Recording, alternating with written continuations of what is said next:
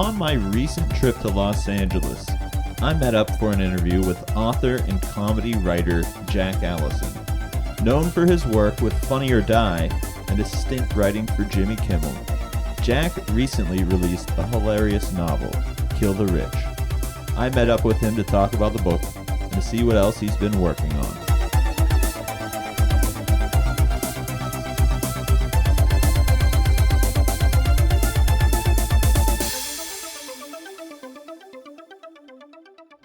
I'm Mike Mizek with the local news here in LA with Jack Allison, the author of the book Kill the Rich.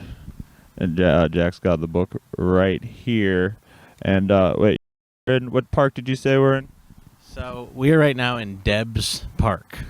And you asked before we started shooting whether that was Eugene Debs. And the answer is no, it's Ernest Debs, who is just a guy that was on the LA City Council and got the park named after him. I think almost everybody kind of assumes that it's Eugene Debs, and even when you see the signs, you kind of like quickly do speed reading and you're like, oh, it's Eugene Debs Park. But no, it's actually just an LA City Council member who got it named after himself.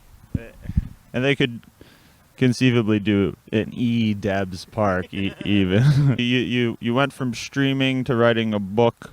What was your thought process there? What led to the decision to switch from streaming, switch off of streaming and kind of change your direction?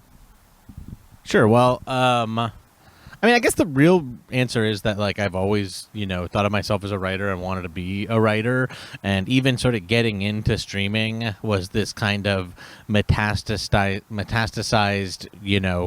outgrowth of wanting to be a writer, where it's like I kind of started doing Twitter out of writing. Then Twitter became sort of like lefty politics agitating, and then through that I became like a sort of daily morning show political pundit, and I basically just looked around and was like, this is not like what I really wanted to do. I don't want to be a political pundit. And there's also the thing of like, it's hard to complain about because I was making like okay money doing a stream, or not like crazy money like how some people turn around like impossible type amount of money to turn down, but like enough to pay rent from ranting into the fucking webcam in my room every day, which is hard to turn down. But there, it's like, am I going to do this when I'm 75 years old? Am I going to be like busking for little cartoon gems when I'm like, because there's no retirement built in to streaming, you know what I mean? Like and so it's like at a certain point you are going to have to break away from this and do something else, unless you really are planning to be in the retirement home, doing Twitch or whatever. And so I don't know, I guess I quit things. I like to quit things here and there. And so I thought it was just a good time to quit. And so how did I get into doing the book is a friend of mine, Kate Shapiro, had written a version of this book, at least a story set in the world of this book on Substack as one of the sort of Substack pandemic novels. And she was going to do a rewrite of it and asked me to come on board to help her, sort of do a complete rewrite of the book. And I was very glad to do so. I was looking for a writing project to really dive into. And so, yeah, this is kind of like, I look at it as like kind of getting back on the path I wanted to be on rather than like a clean break away from something. And there's some of that in the book, too. There's a character who is an influencer, not exactly a streamer, but also does streaming, I think. I haven't gotten that far yet. But, yeah, there's some of that in the book. Where you try to hit on sort of a more universal concept here, because, of course, there are many people who just rely on their looks and their influence to hawk products. Where do they go once they don't look good anymore?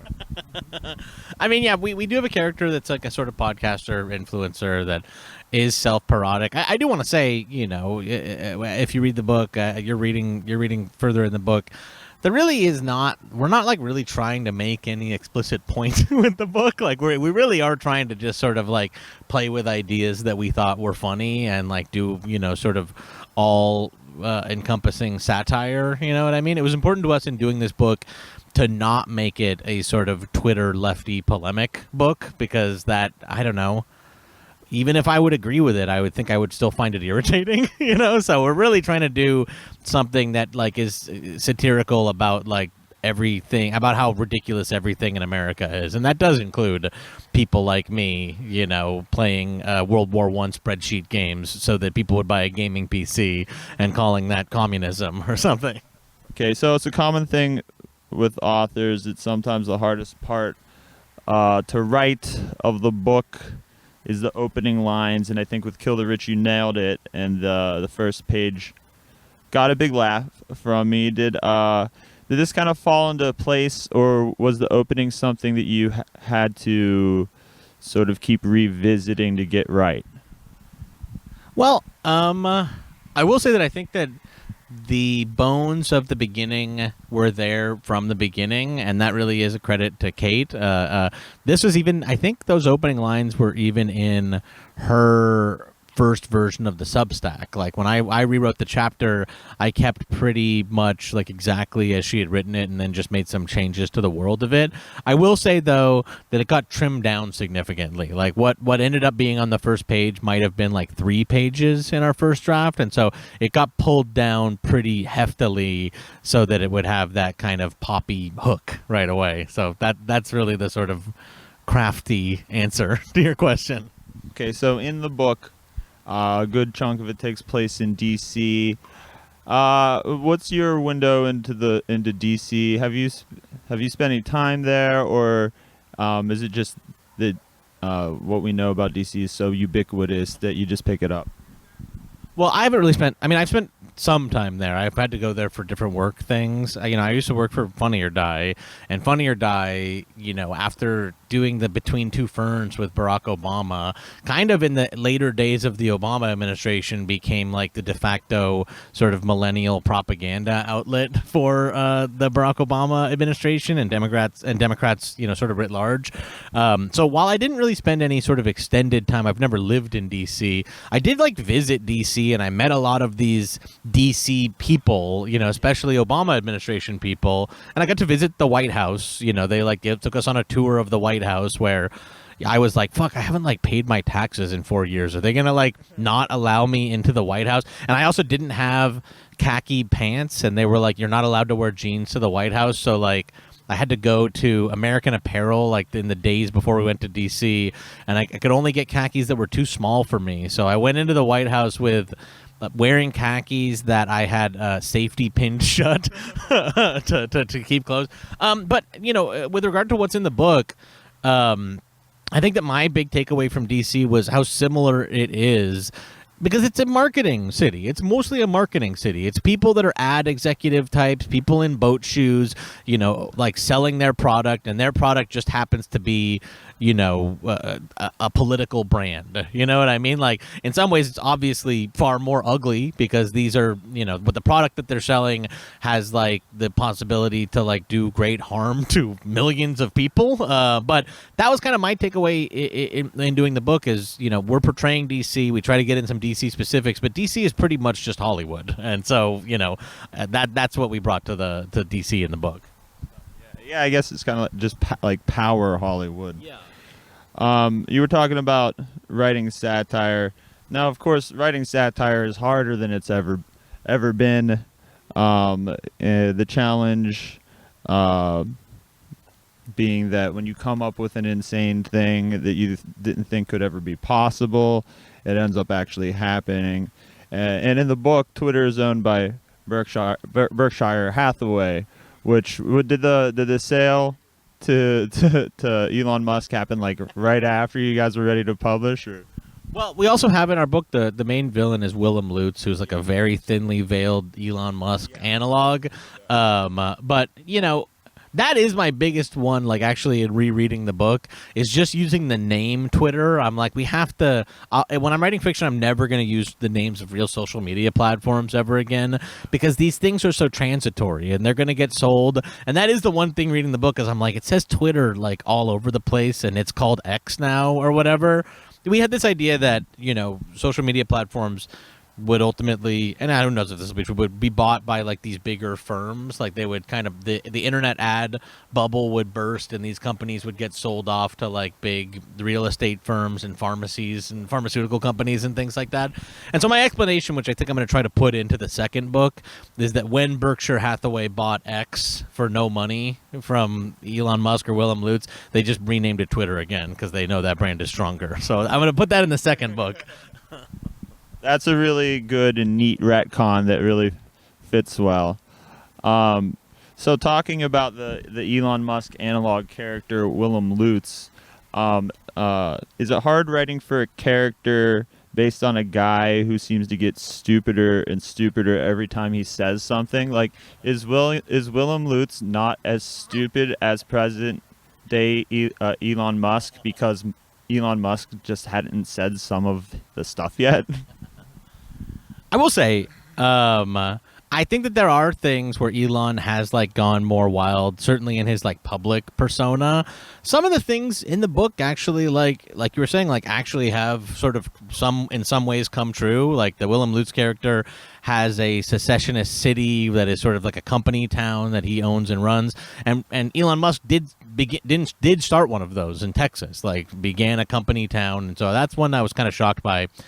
As far as his like public statements, I do think that, you know, if Elon had gone this far, we probably would have gone even a little bit further with the Willem character. I will say this though, and not to toot our own horn, but I do think Kate and I, at a time when Elon was publicly very buttoned up, I think that we did get to his eternal essence in a way. Like when you see the actual Willem character show up later in the book, he's a grubby little like low attention span Reddit guy, and I do think that I think that our portrayal of Willem Elon, you know, is fairly accurate. I think it's true as to what he's like behind closed doors, which is just like a big spoiled farting child who's like watching Rick and Morty and completely, you know, immature. And so, yeah, I don't know. Maybe there's things we could have gone further with him in the book, but we go pretty far. And the one thing I'm happy about, not to ramble on here, was when Kate and I were writing it, this is about a year and a half ago, or now 2 years ago. And so our worry was that, you know, aside from people on the internet who like really follow Elon actually was mostly well liked by the general wider world. And so we were a little worried about like, are people going to like be upset with us that are like not like this because Elon's the villain? So I'm very gratified that Elon like so publicly made himself the villain, because I think it's made the book, you know, possibly have wider appeal. The book also touches a little bit on Elon's sycophants. What are some of the things that the book says about maybe the Willem Lutz sycophants?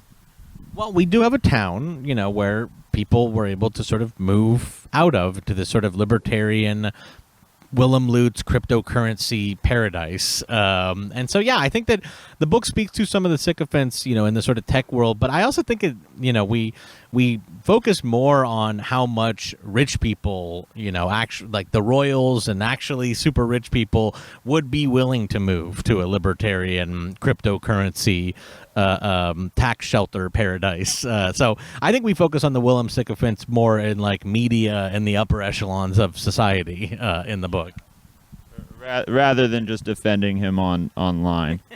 All right, so what can we expect to see from you in the future? What are you working on now? Yeah, we're going to work on a sequel to the book that Kate and I are already working on. We are a couple chapters into it, and we hope to sort of pick that up a little more.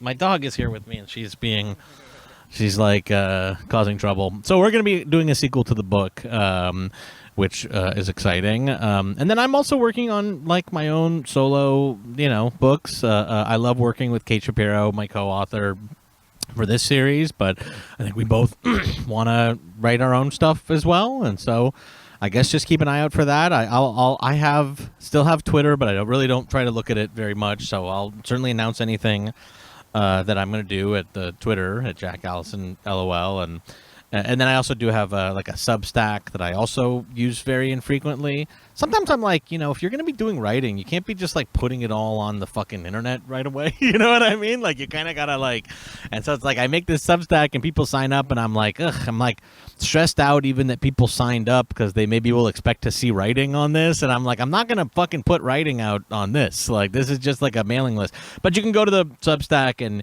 I'll certainly announce anything that I'm doing at the Substack at jack.lol is the website. And of course, struggle session when episodes are available. Anything else you'd like to leave us with before we say goodbye? Well, I guess I'd just say thank you for coming out here and talking to me, and I hope this was interesting. And I say to everyone at home to thank you for supporting the local news. Thanks for supporting the local news, and grab Jack's book, Kill the Rich. You can go to killtherichbook.com by Jack Allison and Kate Shapiro from Clash Books. Pick it up now. It's a good laugh. I laughed on the first page. Page 1. And that's hard to do.